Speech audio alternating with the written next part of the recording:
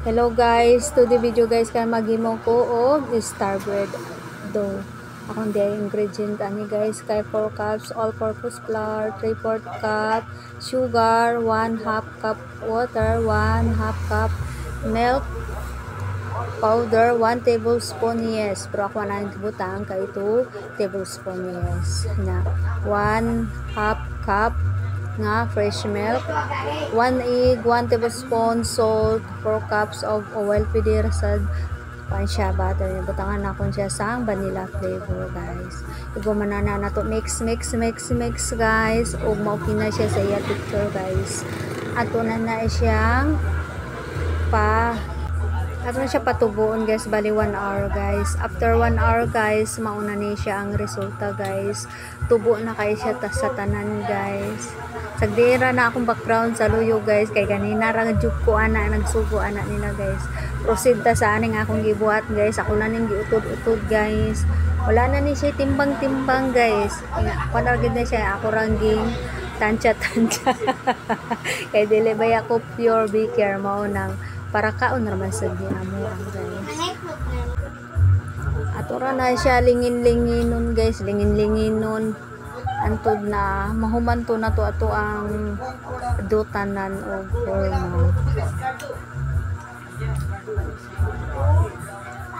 Dili ba ako mastera ni maghurma guys, kay first time jud ni ako naghimo og kuan star bread. Pero I trying my best. Na makabalo jud ko. Kay ganan jud ko anong kuti-kutihon ko guys.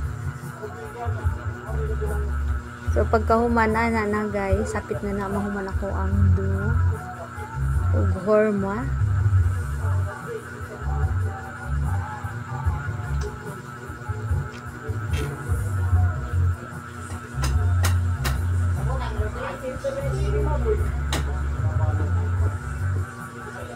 Atuan na pud na siya ikuan guys ha.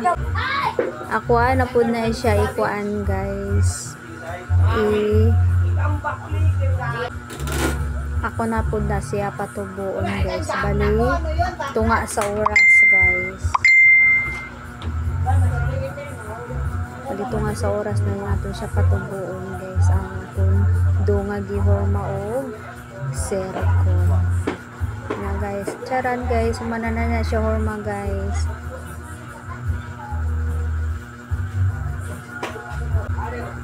Pagkahuman na guys, ako na siya ging gunting-guntingan guys. Gihorma na siya ng kog star. Ato na siya yung pan guys, ibutang sa oven. Lutuan na siya naton sang 30 minutes guys. Mauna ni siya ang finished product nakon guys. Ako ang si star bread. Thank you for watching guys. Mamainit na ko guys.